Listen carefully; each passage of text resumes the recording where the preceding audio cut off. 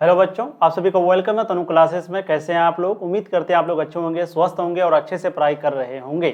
आज की वीडियो में हम लोग लेके आए हैं ज्योग्राफी, जो कि क्लास 10th का है पहला चैप्टर, जिसका नाम क्या है? प्राकृतिक संसाधन। वैसे आप सबको पता होगा, जो आपका एनसीईआरटी जो लिए होंगे किताब है ना, उनको पता होगा कि आपका जो किताब है जिसका नाम है ज्योग्राफी यानी कि भूगोल, जो किताब है आपका कक्षा 10वीं का, उस किताब में जो पहला चैप्टर है उस चैप्टर का नाम क्या है? भारत संसाधन एवं उपयोग, है ना। तो ये जो पहला चैप्टर है भारत संसाधन एवं उपयोग, इसी को चैप्टर में 5 भाग में बांटा गया है। एक है क, एक है ख, एक है ग, एक है घ और एक है अंग। ठीक है, तो अब जो है हम लोग तो भारत संसाधन एवं उपयोग के बारे में पढ़ चुके हैं, जहां पर हम लोग संसाधन क्या होता है यानी कि मानवीय आवश्यकताओं की पूर्ति के लिए जो भी चीजें प्रकृति में मिलती है या मानव के द्वारा निर्मित होती है उसको हम लोग संसाधन कहते हैं। अब ये 3 प्रकार के होता है, प्राकृतिक, मानव, मानव संसाधन, है ना। फिर हम लोग प्राकृतिक, मानव और मानव संसाधन के बारे में पढ़ते हैं कि मानव भी खुद क्या है? एक संसाधन है। प्रकृति ने जितनी भी चीजें बनाई है जैसे कि पहाड़, नदी, मिट्टी, वायु, ये सब क्या है? हम लोगों के लिए प्राकृतिक संसाधन है। फिर संसाधन का वर्गीकरण को देखते हैं कि उत्पत्ति के आधार पर 2 भागों में है, उपयोगिता के आधार पर संसाधन को 2 भागों में बांटा गया है, स्वामित्व के आधार पर 4 भागों में, ठीक वैसे ही विकास के आधार पर 4 भागों में बांटा गया है ना। तो इनके बारे में जो पहला अध्याय है जिनका नाम है भारत संसाधन उपयोग, इस चैप्टर में हम लोग पढ़ते हैं। और ये भी क्या है? कक्षा 10वीं का भूगोल का पहला अध्याय है। आज हम लोग कक्षा 10वीं का भूगोल का पहला अध्याय का जो क भाग है ना, उसी को देखेंगे, और जिसका नाम क्या है? प्राकृतिक संसाधन। और प्राकृतिक संसाधन का मतलब तो समझ में आ ही गया होगा आप लोग को कि दुनिया में जितनी भी चीजें प्रकृति के द्वारा हम लोगों के लिए बनाई गई है, हम लोगों के उपयोग के लिए बनाई गई है, हम लोगों की आवश्यकताओं की पूर्ति के लिए, हम लोगों के जरूरतों को पूरा करने के लिए दुनिया में नेचर के द्वारा, प्रकृति के द्वारा, ईश्वर के द्वारा, ऊपर वाले के द्वारा जो भी चीज बनाई गई है ना, ये सारा चीज जो है वो प्राकृतिक संसाधन के अंतर्गत आता है। ठीक है, तो आज हम लोग प्राकृतिक संसाधन चैप्टर शुरू करते हैं। आपको पूरा थ्योरी पढ़ाएंगे, बहुत मजे के साथ एक एक लाइन आपको समझाएंगे, है ना। और आपको मैं गारंटी देता हूं ऐसा कंटेंट तो कहीं नहीं देखने को मिलेगा जो एक एक लाइन आपको पढ़ा दे। आपको डायरेक्ट या तो क्वेश्चन आंसर करवाएगा, सब्जेक्टिव क्वेश्चन या ऑब्जेक्टिव क्वेश्चन, लेकिन नोट्स जो है वो कोई भी नहीं पढ़ाएगा, यानी कि कोई भी आपको अच्छे से समझाएगा नहीं, जैसे हम आपको पूरा चैप्टर में समझाएंगे। तो जो भी आपका एनसीईआरटी बुक में दिया हुआ है हूबहू आपको यहाँ पर दिया हुआ होगा और आपको मजा आएगा पढ़ने में। फिर क्वेश्चन आंसर चाहे चैप्टर के बीच से कहीं से भी पूछ दे, आप आसानी से सभी प्रश्न का आंसर दे पाएंगे। ठीक है, तो शुरू करते हैं। कॉपी कलम निकाल लीजिए और आज का हेडिंग डालिए अपना कॉपी में, प्राकृतिक संसाधन। प्राकृतिक संसाधन जो कि आपका पहला चैप्टर का क भाग है। सबसे पहले प्राकृतिक संसाधन क्या है? कि वह संसाधन जिसका निर्माण प्रकृति ने आवश्यकताओं को, यानी कि हम लोगों की आवश्यकताओं को, हम लोगों की जरूरतों को पूरा करने के लिए जो बनाई है उसी को हम लोग कहते हैं प्राकृतिक संसाधन। जैसे पहाड़, नदी, मिट्टी, वायु। पहाड़ है हम लोगों के लिए है, नदी है हम लोगों के लिए है, मिट्टी है हम लोगों के लिए। और ये किसके द्वारा बनाया गया है? तो ये प्रकृति ने बनाया है हम लोगों को जरूरतों की पूरा करने के लिए। तो ये आपका क्या है? प्राकृतिक संसाधन। ठीक है, अब आगे एक पॉइंट को देख लीजिए कि भारत भूमि जो है वो संसाधन में संपन्न है, यानी कि भारत की जो भूमि है, जो धरती है, वो क्या है? संसाधन में संपन्न है। यहाँ कुल उपलब्धि भूमि के लगभग 43% भाग पर मैदान का विस्तार है, यानी कि टोटल भारत के पूरे जमीन में जो 43% भाग है ना, तो 43% भाग में क्या होता है? यानी कि लगभग 50% से सिर्फ और सिर्फ 7%, यानी कि आधे से थोड़ा सा कम जमीन पर भारत जो है वो मैदान है। मैदान का मतलब होता है जो प्लेन जमीन होती है, जहां पर खेती बाड़ी आसानी से हो सकती है। तो 43% जो भाग है वो मैदान में है। तो आपको क्वेश्चन पूछा जाएगा, बताइए भारत में कितने प्रतिशत भाग मैदान है? तो वो है 43% भाग जो है, टोटल जमीन का 43% जो भाग है वो क्या है? मैदान है भारत का, है ना। यह कृषि एवं उद्योगों के विकास के लिए उपयोगी है। और ये जो 43% भाग है वो या तो खेती करने के लिए या तो उद्योगों के लिए, यानी कि फैक्ट्री वगैरह बनाने के लिए उपयोगी है ना। मैदान जगह यानी कि प्लेन जगह जो होता है, एक पठार होता है, एक पहाड़ होता है। पहाड़ मतलब जो पहाड़ जैसा होता है, पठार मतलब भी थोड़ा थोड़ा पहाड़ से थोड़ा कम ऊंचाई होता है। लेकिन एक मैदान होता है, मैदान का मतलब प्लेन। अब प्लेन का मतलब ये नहीं कि बिल्कुल प्लेन एकदम ऐसे एकदम फ्लैट, ऐसा नहीं। प्लेन का मतलब होता है कि जैसे एक नॉर्मल, है ना। तो प्लेन जिसको हम लोग मैदान कहते हैं, तो टोटल कितना प्रतिशत मैदान क्षेत्र है भारत में? 43%। और ये किस काम के लिए है? तो ये जो है या तो खेती करने के लिए या तो फैक्ट्री लगाने के लिए, यानी कि उद्योगों के लिए। और 30% भाग पर पर्वतीय क्षेत्र है और 27% भाग पर पठार। याद रखिएगा, लगभग 30% जो भाग है उस वो क्या है? पर्वतीय क्षेत्र है, यानी कि वही पहाड़ के जैसा ऐसे ऐसे ऐसे ऐसे ऐसे ऐसे, है ना। ध्यान से देख लीजिएगा कैसे कैसे, तो ऐसे ऐसे ऐसे ऐसे ये आपका पहाड़ हो गया, है ना। तो पहाड़ कितना प्रतिशत है? टोटल 30% है। ठीक उसी तरीके से 27% जो है वो आपका क्या है? पठार है। ठीक है, तो याद रखिएगा 27% जो है आपका 27% क्या है, तो 27% जो है वो आपका क्या है, पठार है। ठीक है, ठीक उसी तरीके से जो आपका 30% है, तो 30% क्या है, पर्वतीय है, यानी कि पहाड़ कह सकते हैं, पर्वतीय कह सकते हैं। ठीक वैसे ही 43% जो है वो आपका मैदानी क्षेत्र है। तो कह सकते हैं कि मैदानी क्षेत्र जो है वो भारत में बहुत ज्यादा है और ये उपयोगी है कृषि के लिए और उद्योगों के लिए। ठीक है, समझ में आ रही है चीजें। चलिए अब हम लोग देखते हैं मृदा निर्माण, जो कि बहुत इंपॉर्टेंट है। मृदा निर्माण क्या होता है इसको पहले समझते हैं। देखिए, यह पारितंत्र का एक महत्वपूर्ण घटक है ना। असंगठित पदार्थों से निर्मित पृथ्वी की सबसे ऊपरी परत जो है वो मुद्रा कहलाती है। यानी कि असंगठित जो पदार्थ होते हैं उससे जो मिट्टी का ऊपरी परत बनता है उसी को हम लोग मुद्रा कहते हैं, मुर्दा कहते हैं। अब आगे देखिए, यह नवीकरणीय प्राकृतिक संसाधन है। यह पौधे के विकास का माध्यम के साथ साथ पृथ्वी पर विविध जीव समुदायों का पोषण भी करती है। यानी कि ये जो मृदा निर्माण है, मृदा निर्माण सबसे पहले होता कैसे है, तो ये पारितंत्र का यानी कि एक सिस्टम का एक बहुत ही महत्वपूर्ण घटक है। ये कैसे होता है, तो जो भी असंगठित पदार्थ होता है ना, जो भी एक तरीके से असंगठित पदार्थ कह सकते हैं कि जो खराब वगैरह पदार्थ होता है, तो उससे जो है ना पृथ्वी का जो ऊपरी सतह है वो मृदा हो जाती है और वही मृदा कहलाती है। यानी कि जो ऊपरी परत बनती है असंगठित पदार्थों से, है ना, तो वो जो पृथ्वी की सबसे ऊपरी परत होती है उसी को हम लोग मृदा कहते हैं। और ये क्या होता है, नवीकरणीय प्राकृतिक संसाधन होता है। अब नवीकरणीय प्राकृतिक संसाधन क्या होता है, तो इसके बारे में हम लोग आगे जानेंगे। एक नवीकरणीय, एक अनवीकरणीय। आपको वैसे हम पहले भी बता चुके हैं, गैर परंपरागत, परंपरागत, है ना। आपको पहला अध्याय अगर आप लोग पढ़े होंगे, जो पहला अध्याय नहीं पढ़े हैं आप लोग जाकर के पढ़ लीजिएगा। आपको वहां पर जो बेसिक चीज है ना वो समझा दिए हैं कि नवीकरणीय संसाधन क्या होता है, अनवीकरणीय संसाधन क्या होता है, और क्या कहता है गैर परंपरागत संसाधन क्या होता है, परंपरागत संसाधन क्या होता है। इन सारी चीजों के बारे में हम आपको अच्छे से समझा दिए, है ना। यहाँ देखिए, यहाँ पर समझाए है ना आपको अभी क्या बोले कि हम आपको पहला चैप्टर में जो है समझा दिए हैं। देखिए, उपयोगिता के आधार पर संसाधनों को दो भाग में बांटा गया है, एक है नवीकरणीय और एक है अनवीकरणीय। और नवीकरणीय को बोलते हैं गैर परंपरागत, अनवीकरणीय के बोलते हैं परंपरागत। उल्टा, अनवीकरणीय को गैर परंपरागत बोलना चाहिए, लेकिन नहीं, अनवीकरणीय के लिए बोलते हैं हम लोग परंपरागत और नवीकरणीय को गैर परंपरागत। और नवीकरणीय का मतलब क्या होता है कि वह भंडार जो असीमित हो, यानी कि जिसका कोई लिमिट नहीं है, वो कभी खत्म ही नहीं हो सकता है ना। क्यों नहीं खत्म हो सकता, तो क्योंकि जैसे कि हवा है, क्या खत्म हो सकता है, जल है, कभी खत्म हो सकता है, नहीं हो सकता। उसी तरीके से जो सूर्य का रोशनी है, क्या वो कभी खत्म हो सकता है, नहीं हो सकता है। और अनवीकरणीय जो कि सीमित में हो, जैसे कि ईंधन जो हम लोग जलाते हैं वो खत्म हो सकता है ना। तो अनवीकरणीय का मतलब आपको समझना है कि जो सीमित में हो, और नवीकरणीय का मतलब जिसको कभी खत्म नहीं किया जा सकता है। और आप लोग को अच्छे से पढ़ाया पहला चैप्टर में, आप लोग को याद होगा। ठीक है, तो मुद्रा जो निर्माण है वो क्या है, नवीकरणीय, मतलब ये कभी खत्म नहीं हो सकता है। अब क्यों नहीं खत्म हो सकता है, तो क्योंकि भाई खराब चीज बहुत ज्यादा होता है। और जो मिट्टी का जो ऊपरी सतह होता है वो कैसे बनता है मृदा, तो वो ऐसे बनता है कि जो खराब चीजें होती हैं उन्हीं के द्वारा रिएक्शन वगैरह करके मृदा बनता है ना। तो ये मृदा वो नवीकरणीय प्राकृतिक संसाधन है, याद रखिएगा, ये कभी खत्म नहीं हो सकता है। और ये पौधे के विकास के माध्यम, यानी कि ये पौधे के विकास के लिए बहुत उत्तरदायी है ये मृदा निर्माण। साथ ही साथ पृथ्वी पर जो विविध जीवित समुदाय है उनका भी पोषण कराती है ना। उनका भी जो है ये क्या कराते हैं, पोषण कराते हैं। पोषण का मतलब हुआ कि वही, मतलब जैसे पोषण का मतलब बायोलॉजी में आप लोग पढ़े होंगे ना कि किसी चीज को खाते हैं, खाने के बाद उससे ऊर्जा प्राप्त करते हैं, इसी को क्या बोला जाता है, पोषण बोला जाता है। और उस जीव को क्या बोला जाता है, पोषी, है ना। तो मृदा निर्माण समझ में आ गया, ये क्या है, एक सबसे पहले महत्वपूर्ण घटक है। और ये बनता कैसे है, तो जो भी असंगठित पदार्थ होता है, जो भी उपयोगी पदार्थ नहीं होता है, जो कि अनुपयोगी होता है, यानी कि वो हम लोगों के लिए उपयोगी नहीं होता है, तो उन्हीं के द्वारा पृथ्वी की जो ऊपरी सतह होती है उसी से मृदा का निर्माण होता है। और ये एक नवीकरणीय प्राकृतिक संसाधन है, यानी कि ये कभी खत्म नहीं हो सकता, ये अनलिमिटेड है।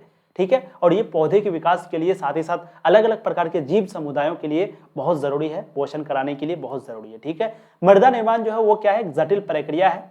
कुछ सेंटीमीटर गहरी मृदा के निर्माण में लाखों वर्ष लग जाते हैं। देखिए, बहुत जटिल प्रक्रिया है, बहुत मुश्किल से होने वाली एक प्रक्रिया है। और कुछ सेंटीमीटर मृदा, अब कुछ सेंटीमीटर का मतलब क्या हो गया कि जैसे ये आपका मान लेते पृथ्वी है ना, पृथ्वी का ऊपरी सतह है। ठीक है, तो मृदा मान लेते कुछ सेंटीमीटर, यानी कि मान लेते इतना सेंटीमीटर जो है ना वो मृदा बना। मान लेते हैं कितना सेंटीमीटर है, 1 सेंटीमीटर। तो 1 सेंटीमीटर मृदा बनने के लिए, ये जमीन है आपका, ये क्या है, जमीन है। और ऊपर में 1 सेंटीमीटर मृदा बनने के लिए कई लाखों साल लग जाते हैं। क्या लग जाते हैं, कई लाखों वर्ष लग जाते हैं, कई लाखों साल लग जाते हैं। तो इसलिए इसको हम लोग एक जटिल प्रक्रिया कहते हैं मृदा निर्माण को, है ना। चट्टानों के टूटने से, फूटने से तथा भौतिक, रासायनिक और जैविक परिवर्तनों से मृदा निर्माण होता है। हमने क्या कहा, जो भी गंदे पदार्थ होते हैं, जैसे कि रासायनिक क्रिया होती है, बहुत सारे भौतिक क्रिया होती है, बहुत सारे जैविक परिवर्तन होते हैं, मतलब कि क्लाइमेट चेंज होता है, बहुत सारे होता ना, हम लोग जैसे मल मूत्र है, वो सारा चीज खेत में फेंकते हैं, गोबर वगैरह जिसको बोलते हैं, है ना, गाय का गोबर वगैरह खेत में फेंकते हैं ताकि क्या हो, उर्वरक शक्ति बढ़े। तो ये इससे मृदा निर्माण होती है। तो चट्टानों का टूटना, अब क्या बोलेंगे, जैसे कोई मिट्टी है जहाँ पर खेती वगैरह नहीं होता है, तो जब वहाँ से मिट्टी को अगर हम लोग थोड़ा थोड़ा काट करके उठा लेंगे, थोड़ा इतना मोटा अगर उठा लेंगे तो वहाँ क्या हो, खेती अच्छा होता है। या फिर अगर वहाँ पर नया मिट्टी डालेंगे तो वहाँ पर भी खेती अच्छा होता है। तो इसका मतलब क्या हो गया कि हम लोग मृदा निर्माण किए। तो यानी कि चट्टानों के टूटने से क्या होता है कि जो मिट्टी है वो बह करके खेत में आ जाती है। टूटने से, फूटने से, भौतिक, रासायनिक और जैविक परिवर्तन से जो मिट्टी है वो खेत में आ जाती है और इससे मृदा निर्माण हो जाता है। ठीक है, परिवर्तन मृदा निर्माण कैसे होता है समझ में आ गया। और कुछ सेंटीमीटर गहरी मृदा निर्माण, सिर्फ कुछ सेंटीमीटर गहरी मृदा निर्माण के लिए लाखों वर्ष लग जाते हैं। ठीक है, तापमान परिवर्तन, प्रवाहित जल की क्रिया, पवन, हिमनद और अपघटन की अन्य क्रियाएं भी ऐसे तत्व है जो मृदा निर्माण में सहयोग करती है ना। यानी कि जो टेम्परेचर का बदलाव होता है, कभी बहुत ज़्यादा गर्मी, कभी बहुत कम गर्मी, और कोई भी जल की क्रिया होती है, कोई भी हवा वगैरह होता है, अपघटन की कोई भी क्रियाएं होती है, तो ये सभी क्रियाएं जो है वो मृदा निर्माण में बहुत सहायता करती है, सहयोग बनते हैं, है ना, मृदा निर्माण में बहुत ज़्यादा मदद करते हैं। ठीक है, तो याद रखिएगा ये सारा पॉइंट मृदा निर्माण के बारे में, मृदा निर्माण कैसे होती है। और ये एक नवीकरणीय संसाधन है, कुछ सेंटीमीटर होने के लिए बहुत ज़्यादा टाइम लग जाता है, लाखों वर्ष लग जाते हैं। साथ ही साथ ये कैसे होते हैं, चट्टानों के टूटने फूटने से, भौतिक, रासायनिक, जैविक परिवर्तनों से, इन सारी चीज़ों से जो है मृदा निर्माण होती है। ठीक है, चलिए अब देखते हैं मृदा निर्माण के कुछ कारक देखते हैं, जैसे उच्चावच या धाराकृति, मूल शैल या चट्टान, जलवायु, वनस्पति, जैव पदार्थ, उसके बाद खनिज कण, समय, ये सभी चीज बहुत जरूरी है मृदा निर्माण के लिए। तो ये सभी क्या हो गया, मृदा निर्माण के कारक हो गया। याद रखिएगा आपका एनसीईआरटी के अकॉर्डिंग है, ये सभी क्या है, मृदा निर्माण के कारक है। ठीक है, आगे हम लोग देखते हैं भारत में 6 प्रकार की मृदाएं पाई जाती है। अब हम लोग एक एक करके मृदा के बारे में पढ़ेंगे। जैसे जलोढ़ मृदा के बारे में आपको पूछा जाता है, बहुत इंपॉर्टेंट है, याद रखिएगा जितना भी चीज आपको पढ़ा रहे हैं सारे आपके लिए इंपॉर्टेंट है, इसलिए वीडियो को आप लोग लाइक कर दीजिए, चैनल को सब्सक्राइब कर दीजिए पहली बार आए हो तो, और एक बार तहलका मचा के अपने कम से कम 5-5 दोस्तों को शेयर करिए, है ना, नया चैनल है इसे आप लोग को शेयर करना चाहिए। और इस तरीके से पढ़ाई आपको कहीं पे नहीं होगी, यूट्यूब में मैं बता रहा हूँ, फ्री में बिल्कुल, और इस तरह का पीडीएफ के साथ इस तरह का कंटेंट आपको नहीं दिया जाएगा, इतना तो हम लोग कह सकते हैं, है ना। तो प्लीज आप लोग कॉपी कलम निकाल करके नोट जरूर करिएगा सारे पॉइंट को, क्योंकि जब तक आप लिखेंगे नहीं तब तक फिर कोई फायदा नहीं, ये सारा चीज सुन करके फिर भूल जाएंगे, है ना। जैसे क्या होगा कि ये सारा चीज हम बता रहे हैं, इसको एक बार आप सुन लिए, सुनने के बाद जब आप इसको नोट करिएगा तो इससे क्या होगा, सबसे पहले जो सुने फिर नोट करिए तो इससे याद भी जल्दी हो जाएगा। साथ ही साथ जब आप दोबारा रिवाइज करिएगा तो उस वक्त में अरे हाँ ये तुरंत याद होते जाएगा, है ना, और अपना राइटिंग पढ़ने में भी मजा आएगा, साथ ही साथ राइटिंग भी आपका अच्छा बैठेगा। तो कितना फायदा है यार, और भाई पढ़ना है तो फिर पढ़ना है ना अच्छे से, है कि नहीं। चलिए, भारत में 6 प्रकार की मृदाएं पाई जाती है। ठीक है, सबसे पहला है जलोढ़ मृदा, उनके बाद है आपका काली मृदा। जलोढ़ मृदा, काली मृदा के बारे में तो आप लोग बहुत सुने होंगे, है ना। तीसरा है लाल एवं पीली मृदा, चौथा है लेटेराइट मृदा, पांचवा है मरुस्थलीय मृदा, छठा है पर्वतीय मृदा। ठीक है, उनके बाद फिर हम लोग 2 प्रमुख कारक निर्धारित, यानी कि भू उपयोग के लिए जो 2 प्रमुख कारक है उनके बारे में पढ़ेंगे, फिर जो है ये चैप्टर आपका समाप्त हो जाएगा। ठीक है, यानी कि जो मृदा के बारे में ही ज्यादातर हम लोग इस चैप्टर में पढ़ते हैं। मृदा तो आपको समझ में आ गया होगा क्या होता है मृदा वगैरह, है ना। अब मृदा के जो 6 प्रकार होती हैं उनमें सबसे पहला है जलोढ़ मृदा। अब जलोढ़ मृदा क्या है, तो देखिए ये भारत में सर्वाधिक फैली हुई महत्वपूर्ण मृदा है, यानी कि ये जो जलोढ़ मृदा है ना वो भारत में सबसे ज्यादा फैला हुआ है ना। सबसे ज्यादा भारत में कौन सी मृदा पाई जाती है, वो है जलोढ़ मृदा। उत्तर भारत का मैदान पूर्णतः जलोढ़ निर्मित है, यह सिंधु, गंगा, ब्रह्मपुत्र द्वारा लाए गए जलोढ़ के निक्षेप से बना है। जैसे बाढ़ वगैरह आता है तो आप देखते होंगे कोई अगर गड्ढा होता है तो बाढ़ आने की वजह से क्या होता है कि वो गड्ढा भर जाता है। क्यों बढ़ जाता है, तो क्योंकि कहीं पे नदी में कटान होती है, और नदी में कटान होने के बाद वो रेत के साथ, वो पानी के बहने के साथ साथ वो मिट्टी आते जाता है, और जो गड्ढा वगैरह होता है उनको भरते हुए चले जाता है ना। तो मृदा भी ठीक वैसे ही आ जाता है उनके साथ, क्योंकि मैंने अभी आपको बताया कि जैसे कहीं पे खेती वगैरह नहीं होती है, लेकिन आप वहाँ पर नया मिट्टी देंगे तो वहाँ खेती थोड़ा सा ज्यादा होती है, क्योंकि नया मिट्टी पर गया। ठीक वैसे ही अगर मिट्टी को काट के भी अब हटा देंगे तो भी खेती ज्यादा होती है। तो यही है मृदा। मृदा का मतलब डेफिनेशन आपको यही समझना है, यही है परिभाषा। ठीक है, तो जलोढ़ मृदा जो है वो भारत में सबसे ज्यादा फैली हुई महत्वपूर्ण मृदा है। और उत्तर भारत का जो मैदानी क्षेत्र है वो लगभग जलोढ़ से ही बना हुआ है, यानी कि जलोढ़ मृदा ही है पूरे मैदानी क्षेत्र में उत्तर भारत में, है ना। यह सिंधु, गंगा नदी और ब्रह्मपुत्र के द्वारा जो भी जलोढ़ का निक्षेप लाया जाता है, जो भी लाई जाती है मिट्टी वगैरह, जो भी सार वगैरह लाया जाता है, वो इसी से बना हुआ है ना। यानी कि सिंधु, गंगा और ब्रह्मपुत्र के द्वारा लाए गए जलोढ़ के निक्षेप से ही बना हुआ है ये जलोढ़ मृदा। ठीक है, भारत में 6.4 करोड़ हेक्टेयर क्षेत्र पर जलोढ़ मृदा फैली हुई है। कितनी, 6.4 करोड़ हेक्टेयर क्षेत्र पर वैसे उतना डिटेल में याद नहीं रखना, बस आपको याद रखना है इतना कि भारत में कितने क्षेत्र पर, लगभग 6.4 करोड़ हेक्टेयर क्षेत्र पर जलोढ़ मृदा फैली हुई है। आप अंदाजा लगा सकते हैं कितना बड़ा क्षेत्र है। जलोढ़ मिट्टी का गठन बालू, सिल्क एवं मृत्तिका के विभिन्न अनुपात से होता है। यानी कि जो जलोढ़ मिट्टी जो बनता है वो कैसे कैसे बनता है, तो एक बालू के द्वारा बनता है, क्योंकि आप सबको पता है बाढ़ में नदी के पानी के साथ क्या बहता है, मिट्टी नहीं बहता, वो ज्यादातर बालू बहता है ना। तो एक बालू के द्वारा, एक सिल्ट के द्वारा और एक मृत्तिका के विभिन्न अनुपात से, यानी कि इन तीनों चीजों के मिश्रण से जो है जलोढ़ मिट्टी का गठन होता है। ठीक है, इसका रंग जो है वो भूरा होता है और कभी कभी धुंधला तो कभी कभी लालिमा होता है। याद रखिएगा, जलोढ़ मिट्टी का जो 3-4 पॉइंट आपको याद रखने की जरूरत है। सबसे पहले ये सबसे ज्यादा फैली हुई है उत्तर भारत का जो लगभग मैदानी क्षेत्र है, ज्यादातर वहां पर क्या पाया जाता है, जलोढ़ मृदा पाया जाता है। और ये जलोढ़ मृदा कहाँ से आता है, तो क्योंकि ब्रह्मपुत्र गंगा सिंधु नदी का जो पानी बहता है इसी के द्वारा लाया जाता है ज्यादातर जलोढ़ का निक्षेप, है ना। और लगभग भारत का 6.4 करोड़ हेक्टेयर पर जलोढ़ मृदा फैली हुई है ना। और जलोढ़ मिट्टी जो है वो कैसे बनता है, तो बालू हो गया, सिल्ट हो गया, मृत्तिका हो गया, इन सभी चीजों के अनुपात से, अलग अलग अनुपात से मिश्रण से जो है जलोढ़ मिट्टी का निर्माण होता है। और ये जो जलोढ़ मिट्टी का रंग है वो या तो भूरा होता है या फिर कभी कभी ये धुंधला भी होता है। धुंधला का मतलब जैसे आप पन्नी को देख लीजिए, व्हाइट कलर का जो पॉलीथीन होता है ना, उनको देख लीजिए, या कभी कभी लालिमा होता है। तो इसका रंग जो है वो कभी कभी धुंधला, कभी कभी लालिमा, कभी कभी भूरे रंग का होता है। ठीक है, जलोढ़ मृदा के बारे में समझ में आ गया। अब देखिए, आयु के आधार पर जो है जलोढ़ मृदा के टोटल 2 प्रकार है। किसके आधार पर, आयु के आधार पर। याद रखिएगा, पूछा जा सकता है कि बताइए जलोढ़ मृदा के कितने प्रकार हैं आयु के आधार पर, तो आपको बताना है 2 प्रकार, एक है पुराने जलोढ़, एक है नवीन जलोढ़।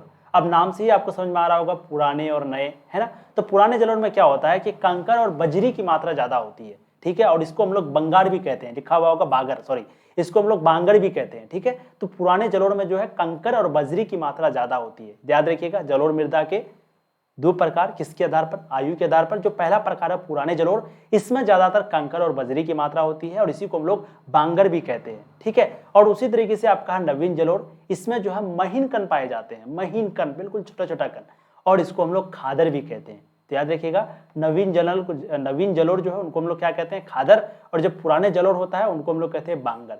ये सारा आपका 10th क्लास का एनसीईआरटी में दिया गया है और सारा चीज आपको पढ़ाया जा रहा है। ठीक है, तो पुराने जलोढ़ में समझ में आ गया कि कंकर और बजरी की जो मात्रा अधिक होगी उसको हम लोग क्या कहेंगे, पुराने जलोढ़, और उसको क्या कहते हैं, बांगर। ठीक वैसे ही नवीन जलोढ़ जो होता है इसमें महीन कण पाए जाते हैं और इसको हम लोग कहते हैं खादर। खादर बांगर, खादर बांगर। बांगर मतलब जो पुराने होते हैं, खादर मतलब जो नवीन जलोढ़ होते हैं। ठीक है, और इसमें महीन कण पाए जाते हैं और उसमें क्या होता है, पुराने जलोढ़ में कंकर और बजरी की मात्रा पाई जाती है। ठीक है, देखिए, खादर में बालू एवं मृत्तिका का मिश्रण होता है और ये काफी उपजाऊ होते हैं। अब नवीन जलोढ़ है तो इसमें किस चीज का मिश्रण होता है, एक बालू का और एक मृत्तिका का, इन दोनों चीजों का नवीन जलोढ़ में मिश्रण होता है और ये बहुत ज्यादा उपजाऊ होते हैं, बहुत ज्यादा, उर्वरक शक्ति इनकी बहुत ऊंचा होती है। जलोढ़ मृदा में पोटास, फास्फोरस और चूना जैसे तत्वों की अधिकता होती है और वही नाइट्रोजन एवं जैव पदार्थों की कमी होती है ना। हम लोग देखेंगे खेती बाड़ी जो करते हैं आप लोग, वैसे तो हम लोग सारे किसान की बच्चे हैं, लेकिन खेती बाड़ी जो होती है बहुत सारे लोगों को नहीं पता होगा तो हम बता देते हैं। जब भी खेत वगैरह होता है तो आप लोग सुनते होंगे पोटाश का प्रयोग किया जाता है, फास्फोरस का, चूना जैसे तत्वों का प्रयोग किया जाता है, जिससे क्या होती है, खेती जो है ज्यादा उपजाऊ होती है। तो जो जलोढ़ मृदा का जो दूसरा प्रकार है जिनका नाम है नवीन जलोढ़, तो नवीन जलोढ़ में जो है ना ये ऑटोमेटिक पाया जाता है पहले से, यानी कि जलोढ़ मृदा में पोटाश हो गया, फास्फोरस हो गया, चूना हो गया, ये सभी चीज ज्यादा मात्रा में होती है, इसीलिए तो ये जमीन उपजाऊ है ना। और यहाँ पर नाइट्रोजन और जैव पदार्थ जो है वो बहुत कम होती है। समझिए फायदा, देखिए जलोढ़ मृदा में कितना है ना। यह गन्ना, चावल, गेहूं, मक्का, दलहन जैसे फसलों के लिए उपजाऊ होती है ना। तो गन्ना की जो खेती होती है, यानी कि जो गन्ना जिससे चीनी वगैरह बनता है, जिसको कुसियार भी हम लोग बोलते हैं, साथ ही साथ चावल हो गया, गेहूं हो गया, मक्का हो गया, है ना, दलहन हो गया, इन सभी चीजों की जो खेती है, यानी कि इन फसलों की जो खेती है वो बहुत ज्यादा होती है। कहाँ पर, नवीन जलोढ़ में। ठीक है, किसमें, नवीन जलोढ़ में। और उत्तरी बिहार में बालू प्रधान जलोढ़ को दियारा भूमि कहते हैं। याद रखिएगा, उत्तरी बिहार में जो बालू प्रधान जलोढ़ है उनको क्या कहते हैं, दियारा भूमि।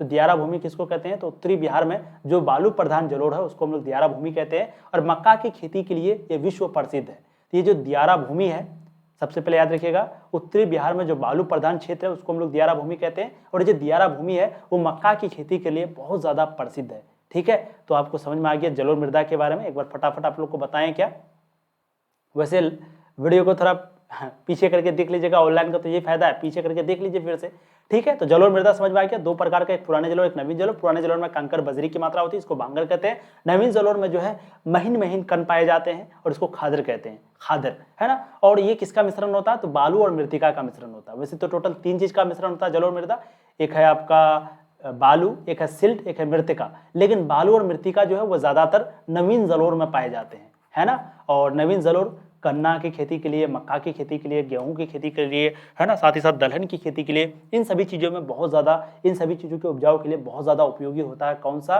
मृदा, नवीन जलोढ़ मृदा, है ना। और ये कहाँ पर होता है, ज्यादातर पाया जाता है जो उत्तरी बिहार में जो पाया जाता है बालू प्रधान क्षेत्र, उनको हम लोग दियारा कहते हैं, जो कि मक्का की खेती के लिए विश्व प्रसिद्ध है। ठीक है, चलिए अब हम लोग मृदा के दूसरे प्रकार में जाते हैं जिनका नाम है काली मृदा। ठीक है, काली मृदा। काली मृदा के नाम से आपको समझ में आ रहा होगा ये कितना क्या काला है, आगे देखते हैं। देखिए, इसमें उपस्थित एल्यूमिनियम और लौह यौगिक के कारण इस मिट्टी का रंग जो है वो काला होता है और इसीलिए इसका नाम काली मृदा पड़ा है ना। तो इसमें क्या क्या उपस्थित होता है, एक होता है एल्यूमिनियम यानी कि Al, और एक होता है लौह यौगिक यानी कि आयरन कह सकते हैं हम लोग, Fe, है ना। Fe का मतलब क्या होता है, आयरन। तो एल्यूमिनियम और आयरन यानी कि लौह यौगिक के कारण जो है इस मिट्टी का रंग क्या होता है, काला होता है। और यह कपास की खेती के लिए उपयुक्त मानी जाती है, यानी कि जो कपास की खेती होती है तो जो काली मृदा है ये इनकी खेती के लिए यानी कि कपास की खेती के लिए उपयुक्त मानी जाती है, जिसके वजह से इसको हम लोग काली कपासी मृदा भी कहते हैं। ठीक है, तो काली मृदा जिसमें एल्यूमिनियम और लौह यौगिक के कारण इस मिट्टी का रंग काला होता है, ये कपास की खेती के लिए बहुत उपयोगी होता है। और ये कपास की खेती के लिए उपयोगी होता है, इसी वजह से हम लोग इसको काली कपासी मृदा भी कहते हैं। ठीक है, आगे यह भी जो मृदा है वो भारत में लगभग 6.4 करोड़ हेक्टेयर पर फैला हुआ है, यानी कि जो काली मृदा है वो भी भारत में टोटल 6.4 करोड़ हेक्टेयर जमीन पर, भूमि पर फैला हुआ है, जो कि महाराष्ट्र, गुजरात, कर्नाटक, आंध्र प्रदेश और तमिलनाडु में फैला हुआ है। कहाँ पर, महाराष्ट्र, गुजरात, कर्नाटक, आंध्र प्रदेश और तमिलनाडु में ये जो जगह है वो फैला हुआ है। कौन सी जगह, काली मृदा जो है वो फैली हुई है। टोटल कितना जगह पर, 6.4 करोड़ हेक्टेयर जमीन पर। इसका स्थानीय नाम क्या है, रेंगूर। याद रखिएगा, इसका जो स्थानीय नाम है काली मृदा की जो स्थानीय नाम है उसको हम लोग रेंगूर कहते हैं। क्या कहते हैं, रेंगूर कहते हैं। ठीक है, याद रहेगा आप लोग को। कहाँ पर फैला हुआ है, तो महाराष्ट्र में, तमिलनाडु में, कर्नाटक में, आंध्र प्रदेश में, गुजरात में। सबसे पहले शुरू करना है आपको महाराष्ट्र से और गुजरात से, तो गुजरात जाना है, महाराष्ट्र जाना है सबसे पहले। ठीक है, उनके बाद कर्नाटक, हाल ही में इलेक्शन होने वाला है, फिर आंध्र प्रदेश, फिर तमिलनाडु, है ना। आंध्र प्रदेश के बाद तमिलनाडु आता है। तो इन जगहों पर जो है ये काली मृदा बहुत ज्यादा फैली हुई है और इसका जो स्थानीय नाम है यानी कि जो लोग उनको बुलाते हैं रेंगूर के नाम से बुलाते हैं, रेंगूर, काली मृदा नहीं। ठीक है, अच्छा, हेक्टेयर का मतलब समझते हैं क्या, हेक्टेयर, 1 हेक्टेयर बराबर होता है 4 बीघा। ठीक है, 1 हेक्टेयर बराबर कितना होता है, 4 बीघा, और 1 बीघा बराबर होता है 20 डिसमिल। याद रखिएगा, 1 बीघा बराबर 20 डिसमिल, और 100 डिसमिल बराबर होता है 1 एकड़। याद रखिएगा, 100 डिसमिल बराबर होता है 1 एकड़। तो आप लोग को उतना नहीं जाना, बस हेक्टेयर का मतलब आपको समझाना। जैसे यहाँ पर है ना 6.4 करोड़ हेक्टेयर, करोड़ लिखा हुआ है यहाँ पर, ये नहीं कि सिर्फ 6 हेक्टेयर है। और 1 हेक्टेयर बराबर 4 बीघा होता है, तो 6.4 करोड़ हेक्टेयर का मतलब कितना हो गया, 6 चौक 24 करोड़ बीघा। समझ सकते हैं आप लोग, है ना। तो 1 हेक्टेयर बराबर 4 बीघा और 1 बीघा बराबर 20 डिसमिल। ठीक है, ये पॉइंट था, इंपॉर्टेंट पॉइंट, याद रखिएगा। अब काली मृदा के बारे में कुछ और इंपॉर्टेंट पॉइंट देख लेते हैं। जैसे इस मिट्टी की सबसे बड़ी विशेषता यानी कि काली मृदा की सबसे बड़ी विशेषता यह है कि इसमें नमी धारण करने की क्षमता बहुत ज्यादा होती है। यह मृदा कैल्शियम कार्बोनेट, मैग्नीशियम, पोटास और चूना जैसे पौष्टिक तत्वों से परिपूर्ण होती है, लेकिन फास्फोरस की कमी रहती है। देखिए, फास्फोरस जो कि जरूरी है लेकिन ये क्या होता है, कम रहता है। लेकिन इसमें calcium carbonate, CaCO3, magnesium, potash, चूना, ये सभी चीजों की जो मात्रा है वो बहुत ज्यादा पाई जाती है। कहाँ पर, काली मृदा में। ठीक है, और ये नमी धारण करने की जो क्षमता है वो बहुत ज्यादा होती है। ठीक है, यह मिट्टी बिना सिंचाई के भी कपास की खेती के लिए उपयुक्त होती है। यानी कि काली मृदा को अगर आप सिंचाई नहीं करते हैं, पानी की उत्तम व्यवस्था नहीं है, सिंचाई की व्यवस्था नहीं है, तो भी जो है कपास की खेती के लिए बहुत उपयुक्त मानी जाती है काली मृदा। इस मिट्टी में इस मृदा में यानी कि काली मृदा में गन्ना, प्याज, गेहूं, फलों की खेती अनुकूल मानी जाती है ना। किसकी खेती, गन्ना की खेती, प्याज की खेती, गेहूं की खेती, फलों की खेती के लिए उपयोगी अनुकूल मानी जाती है। ठीक है, तो चीजें आपको समझ में आ गई कि काली मृदा क्या होता है, जलोढ़ मृदा क्या होता है, 2 प्रकार आपको समझ में आ गई। ठीक है, अब हम लोग तीसरा प्रकार की ओर चलेंगे और तीसरा प्रकार जो है वो है लाल एवं पीली मृदा। लाल एवं पीली मृदा। वीडियो आपका चलिए ज़्यादा बड़ी नहीं बनी है, अब हम लोग तीसरा, यानी कि मृदा के टोटल 6 प्रकार में जो तीसरा प्रकार है वो क्या है, लाल एवं पीली मृदा। ठीक है, काली मृदा के बारे में तो पढ़ लिए। अब काली मृदा किसके कारण होता है, याद रखिए लौह यौगिक और एल्यूमिनियम की उपस्थिति के कारण काली मृदा होती है। और ये जो काली मृदा है वो कपास की खेती के लिए ज्यादा उपयोगी होता है, इसीलिए उसको हम लोग क्या कहते हैं, कमेंट कीजिए फटाफट। चलिए, लाल एवं पीली मृदा, देखिए सामान्यतः 100 सेंटीमीटर से कम वर्षा वाले पठार के पूर्वी एवं दक्षिणी हिस्से में इस मृदा का विकास हुआ। यानी कि जहां पर भी 100 सेंटीमीटर से कम वर्षा होती है वहां पर जो है लाल और पीली मृदा का विकास ज्यादातर होता है। कहां पर, जहां पर 100 सेंटीमीटर से वर्षा कम होती है वहां पर लाल एवं पीली मृदा का जो विकास है वो ज्यादा होता है। ठीक है, इसमें जो है लौहांश की मात्रा के कारण इसका रंग लाल होता है और जल योजन के बाद यह मृदा पीले रंग की हो जाती है। याद रखिएगा, जैसे हम लोगों ने काली मृदा देखा तो वो किसके कारण हुआ था, एल्यूमिनियम और लौह यौगिक के कारण। लेकिन यहाँ पर एल्यूमिनियम नहीं, यहाँ पर सिर्फ और सिर्फ लोहा पाया जाता है और लोहा की मात्रा ज्यादा पाया जाने के कारण इसका जो रंग है वो हो जाता है लाल। लेकिन जब ये जल में मिल जाता है, जलयोजन हो जाता है, तो उनके बाद फिर जो इसका रंग हो जाता है वो है पीला। ठीक है, तो इसलिए इसको हम लोग लाल एवं पीली मृदा कहते हैं। ठीक है, ये भारत के कुल कृषि भूमि के 7.2 करोड़ हेक्टेयर भूमि पर पाया जाता है। वो तो चलो 6.4 करोड़ हेक्टेयर पर था, लेकिन ये कितना है, 7.2 करोड़ हेक्टेयर जमीन पर ये जो लाल एवं पीली मृदा है वो पाया जाता है। ठीक है, अगला है, यह मूल रूप से ग्रेनाइट, नीस जैसे रवेदार अग्नीय चट्टानों के विकसित एवं रूपांतरित होने से बने हैं। यानी कि ये कैसे बना है, या तो ग्रेनाइट की वजह से या फिर रवेदार जो अग्नि चट्टान है, चट्टानों के विघटन होने से, यानी कि चट्टानों के टूटने से इस मतलब कि ये जमीन यानी कि ये लाल एवं पीली मृदा जो है वो बनी है। ठीक है, लाल एवं पीली मृदा ज्यादातर कैसे बनी है, तो ग्रेनाइट की वजह से या फिर चट्टानों के विघटित होने से यानी कि टूटने से या फिर उनके रूपांतरित होने से ये जो लाल एवं पीली मृदा है वो बनी है। ठीक है, इस मृदा का यानी कि लाल एवं पीली मृदा का जो प्रसार है वो ज्यादातर कहाँ पर है, तो तमिलनाडु में, कर्नाटक में, गोवा में, दक्षिण पूर्वी महाराष्ट्र में, आंध्र प्रदेश में, उड़ीसा में, छोटा नागपुर में और मेघालय पठार के क्षेत्रों में। याद रखिएगा कहाँ पर, एक तो तमिलनाडु, कर्नाटक, गोवा, दक्षिण पूर्वी महाराष्ट्र, आंध्र प्रदेश, उड़ीसा, छोटा नागपुर, मेघालय, इन जगहों पर जो है ये काली और पीली मृदा का लाल और पीली मृदा का जो विकास है वो ज्यादा हुआ है। याद रखिएगा जगह का नाम तमिलनाडु, कर्नाटक, दक्षिण पूर्व महाराष्ट्र, आंध्र प्रदेश, उड़ीसा, वहां पर जो है ये लाल और पीली मृदा का जो विकास है वो ज्यादा हुआ। ठीक है, लाल और पीली मृदा का विकास ज्यादा हुआ। ठीक है, यह मृदा जैविक पदार्थों की कमी के कारण जलोढ़ एवं काली मृदा की अपेक्षा कम उपजाऊ होते हैं। यानी कि ये जो लाल और पीली मृदा है वो जैविक पदार्थों की, क्योंकि इसमें जैविक पदार्थों की बहुत ज़्यादा कमी होती है। ठीक है, इसीलिए ये जो है जलोढ़ मृदा से और काली मृदा से की अपेक्षा में कम उपजाऊ होते हैं। वैसे ये भी उपजाऊ होते हैं लेकिन जलोढ़ मृदा से भी कम होते हैं और काली मृदा की भी अपेक्षा कंपेरिजन में ये कम उपजाऊ होता है। यानी कि जलोढ़ और काली मृदा जो है वो ज़्यादा उपजाऊ होता है किससे, लाल और पीली मृदा से। लाल और पीली, मेरा मुंह में आ क्यों नहीं रहा है, तो लाल और पीली मृदा जो है वो कम उपजाऊ होता है काली मृदा से और जलोढ़ मृदा से। ठीक है, लेकिन उर्वरकों का उपयोग से इसकी उत्पादकता को बढ़ाई जाती है। लेकिन जब खाद वगैरह का ज़्यादा प्रयोग होता है तो फिर जो है इस मृदा से भी यानी कि इस तरीके जमीन से भी उपजाऊ है वो इसी को बढ़ाया जाता है, उत्पादकता को बढ़ाया जाता है। ठीक है, इस मृदा में सिंचाई की व्यवस्था कर चावल, जवार, बाजरा, मक्का, मूंगफली, तंबाकू और फलों का उत्पादन किया जा सकता है। और इस मृदा में यानी कि